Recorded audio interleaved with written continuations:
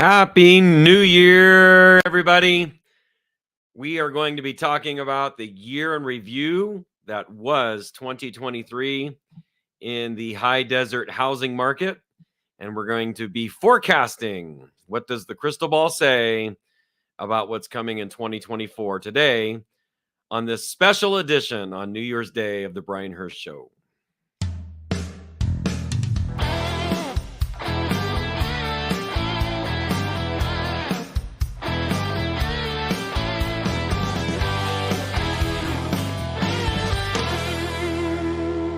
Well, good morning, good afternoon, good evening, whatever the time of day it is from wherever you are tuning into today's broadcast of the Brian Hirsch Show. We are ever so delighted that you have elected to join us for this very special edition that is the year-end review of 2023. Some things are a little surprising and maybe some other things not so much.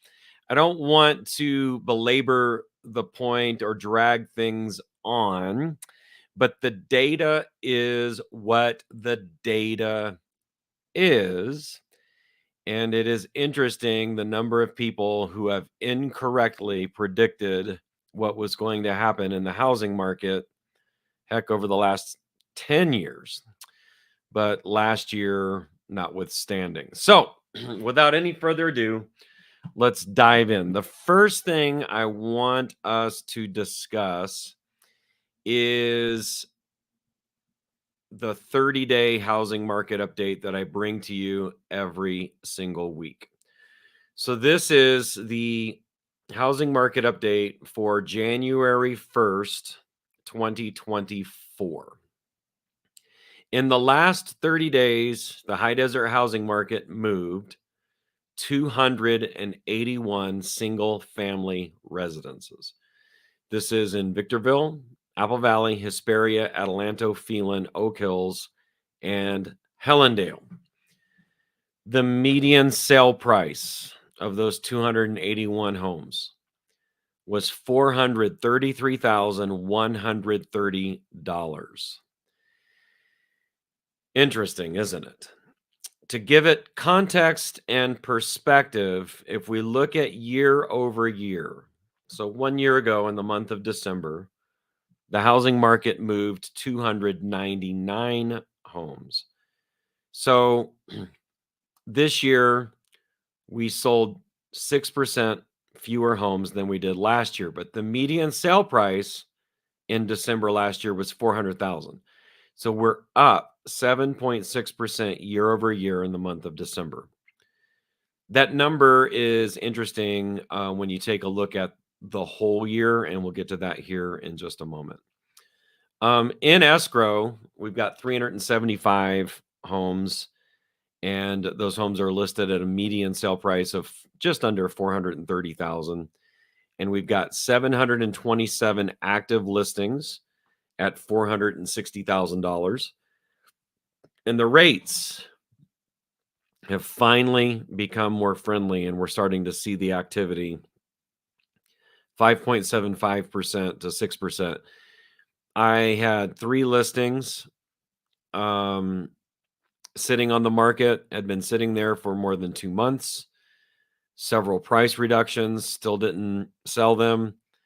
All of a sudden, the mortgage interest rate goes under 6%, and we sold all 3 of them in 1 week last week.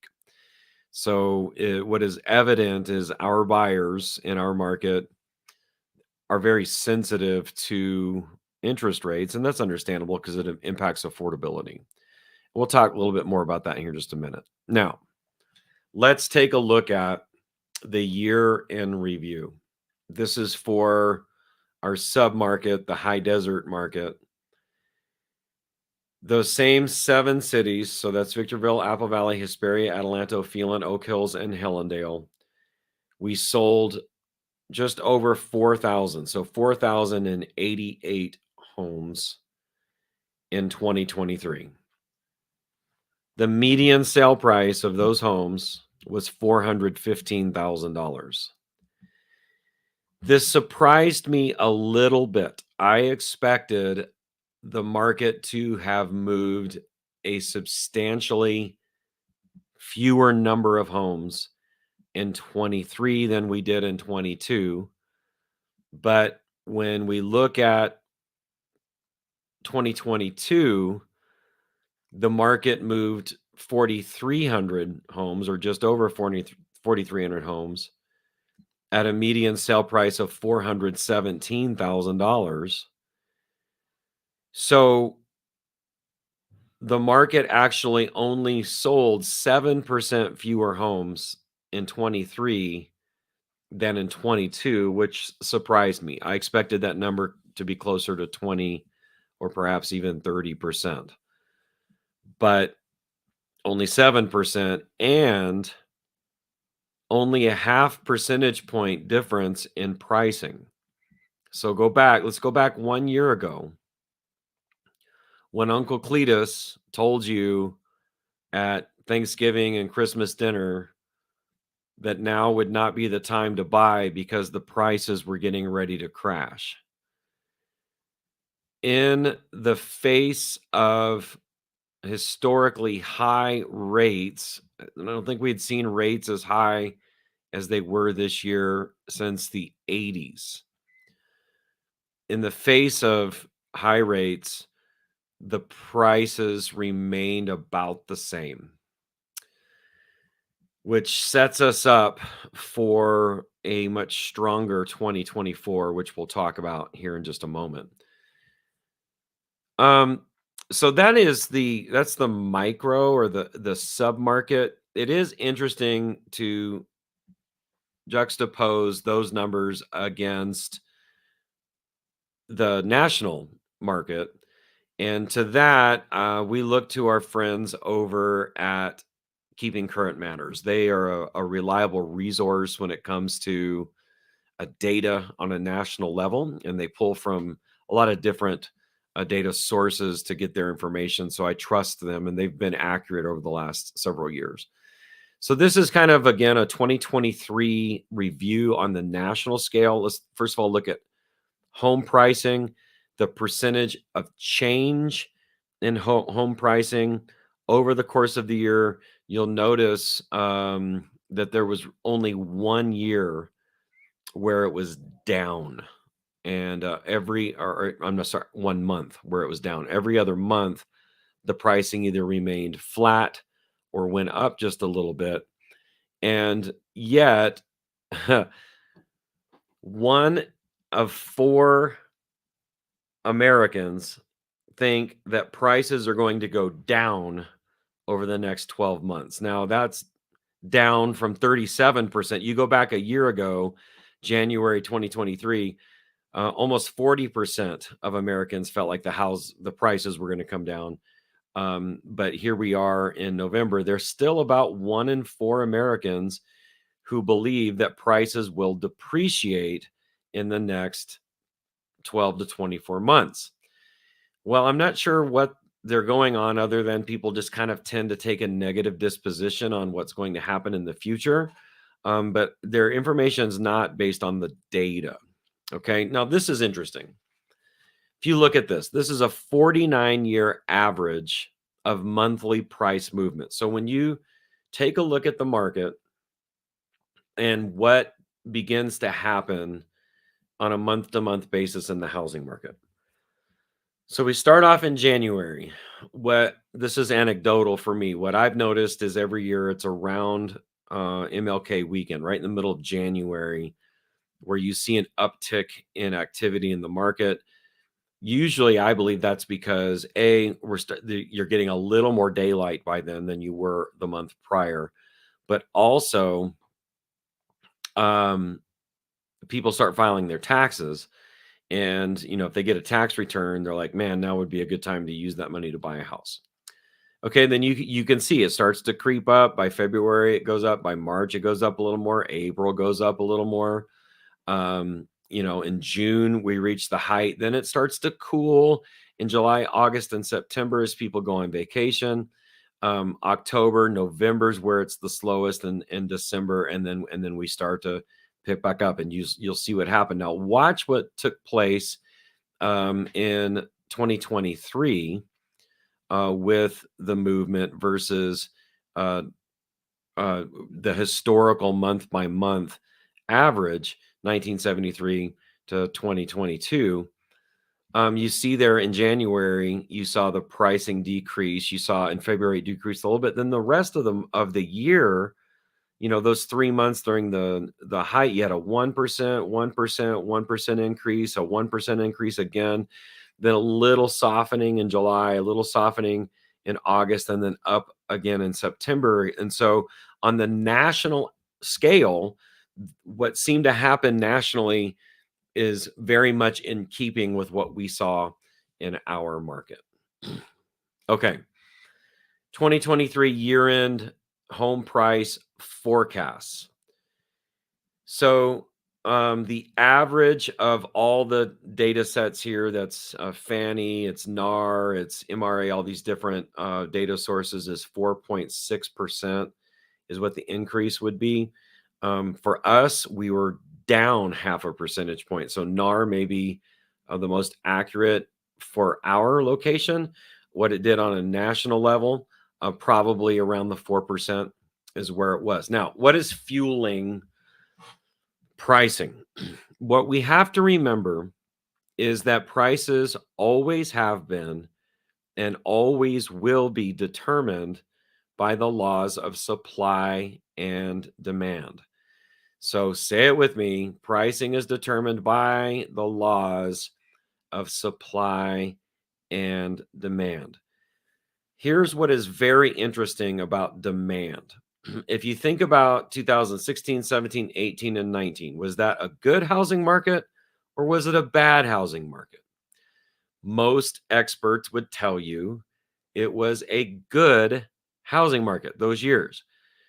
What skews our perception of the market is what Keeping Current Matters calls the unicorn years, that being the years of 2020, 21, and 22, when you had historically low rates, you had this feeding frenzy that the money supply was very, very plenteous, and you had all this huge activity. But if you look at where the showing activity is, it is actually higher than the pre-pandemic numbers. You have 153 showings in September versus 112 and 19 and so on and so forth. Look at this. The average number of offers received on the most recent closed sale cup. So the pink are the unicorn numbers. You had 3.4 and 3.7. That was 2020 and 2021. But then you look at the other years, we're actually a little higher on offers received per listing over 2018 and 2019. Median days on market is lower than it was pre-pandemic, when it was not uncommon for a house to be on the market for more than 60 days. Right now in 2023, the average days on market, this is on a national scale, was 50 days. Here's what Zillow says. Despite mortgage rates reaching 23-year highs, low inventory levels are spurring surprisingly strong competition. Depleted inventory stocks are gradually recovering and price appreciation is slowing, but demand has remained resilient and attractive. Appropriately appropriately priced listings are still moving quickly. And so the mortgage rate is the issue, right? So we finally got some relief. It got up over 8% there at the end of the summer. We're sitting now a little under 6%. And so you're seeing affordability becoming friendlier. This chart that you're seeing, 25% is kind of the benchmark. This is assuming a 30-year fixed rate with a 20% down payment. If you're using an FHA, of course, your ratios are going to be different.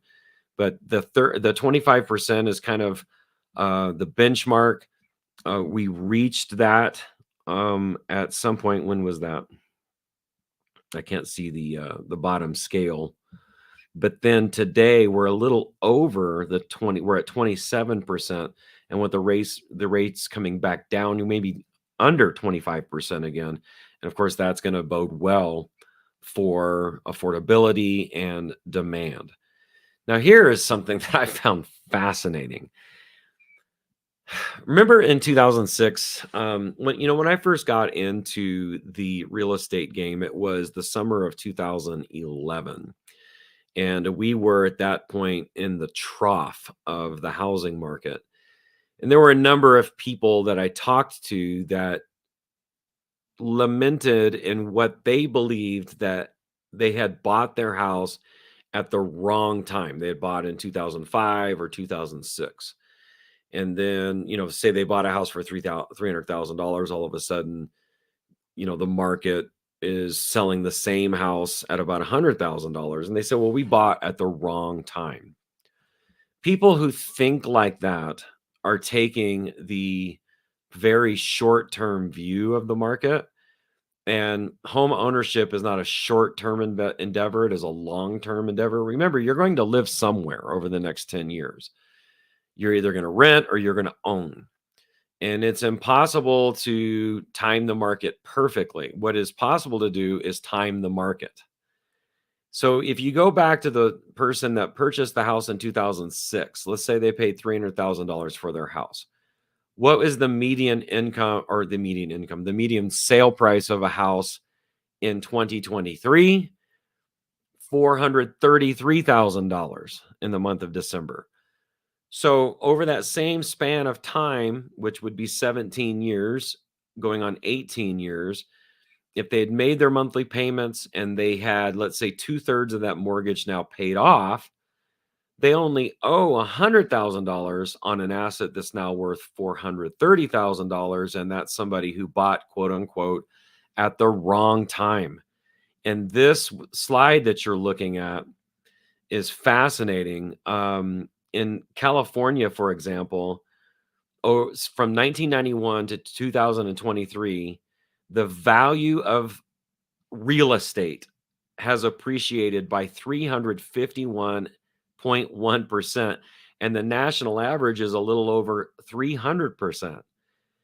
So it is, remember, we talked about this, what was it, a couple of weeks ago with Mike Arias, that it's impossible to time the market perfectly, but it is possible to time the market, meaning when you get in, you get your foot in the door and you begin making those payments and you begin building equity in your house. In due season, you will have an asset that is worth more than you owe on it. Impossible to do that if you're renting. Let's talk about inventory. Again, this is November of each year. On a national average, we had 1.2 in 2017, 1.2 in 2018, 1.1 in 2019, and 2023. We're down, 2/3 of that at 750,000 homes. Interesting. We like to see in our market about 1,500 homes on the market to be a healthy market. And we only had, what was it? Let's look here. 727 homes listed for sale. I just wonder if this number here consistently is, that factor of 1,000 over what ours is. So in other words, we have 721 or 727 homes listed for sale. Nationally, we have 754,000. I'll have to do some research on that. Okay. So that's the inventory and the listing count. It's a very tight market, remains a tight market. And in 2023, the change in inventory in California, we were down 17% year over year in our inventory, which of course, what we talked about a minute ago, really regulated the prices. Okay. So what does the crystal ball say for 2024? Looking into the future, what do we think is going to happen? This is, again, from Keeping Current Matters, the average of all the experts, Realtor.com, Zillow, National Association of Realtors, Fannie Mae, Freddie, so on and so forth. They're predicting a 1.5 increase in pricing. 1.5% increasing. So we'll come back on February or January 1st of 2025, and we will review and see who was right. This is interesting. The national experts are predicting that we're going to sell 5.1 million homes this year. And that is historically what the market has moved over the last 20 years. So they're predicting that as far as an absorption rate and the number of homes that are going to be absorbed by the market this year is going to be about what it's been over the last 20 years. So with that being said, I spoke with my friend Mike Arias. He said we are in better shape today than we were 1 year ago in terms of heading into the housing market in 2024, and that we are primed and teed up for a strong market this year. It's an election year, so it will be interesting on what is done to with the economy. People tend to vote their pocketbook, so we'll see what happens. This year, I always kind of am suspicious when it's an election year and things that are done on a national level with the economy. So there it is, folks. You have the year in review. It was stronger than I thought it was. The median sale price remained very resilient year over year. We are teed up for a strong housing market in 2024. And of course, nobody knows what the future holds, but those of us who are believers know who holds the future. Do me a favor, please like, share, and subscribe to this podcast. It helps us get the word out. It helps us help people win, both in real estate and in life. We will hopefully have a great year this year with this podcast. We're looking forward to having, interesting and exciting guests on. In the meantime, we are serving your dreams, and we will see you next time on the Brian Hirsch Show.